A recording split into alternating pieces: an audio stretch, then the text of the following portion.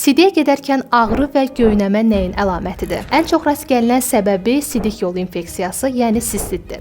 Sistit sidik hissəsinin iltihabıdır. Bu daha çox az su içəndə, sidiyi uzun müddət saxlayanda, soyuq dəymə, qadınlarda hamiləlik, kişilərdə isə prostat problemləri səbəbindən yaranır. Əgər böyrək mənşəli bu kimi problemlərdən əziyyət çəkirsinizsə, məsələn, sidiyə gedərkən ağrı, göynəmə, üzdə, göz altında, özəlliklə də ayaqlarınızda şişkinlik problemindən əziyyət çəkirsinizsə, bitki mənşəli Diurenes tabletlərindən istifadə edə bilərsiniz. Diurenes bildirim ki, dərman deyil, qida əlavəsidir. Tərkibində qızıl çətir otu, levistik kökü və rozmarin yarpaqlarının ekstratı var. Bu bitkilər böbrəklərimizdə qan dövranını yaxşılaşdırır, antimikrob, yəni iltihab əleyhinə təsir göstərir, daşların yaranmasının qarşısını alır, sidik ifrazını yaxşılaşdırır, sidik yollarında yaranan spazmı da aradan qaldırır. Nəticədə isə bədəndə, ayaqlarda, üzdə olan şişkinlik azalır, sidiyə getmə zamanı yaranan göynəmə və ağrılar da yoxa çıxır. Bildirim ki, məhsulun bir qutusu 1 aylıq müalicə üçün kifayət edir. Poş istehsalı olan Diurenes tabletlərini isə bütün apteklərdən əldə edə bilərsiniz.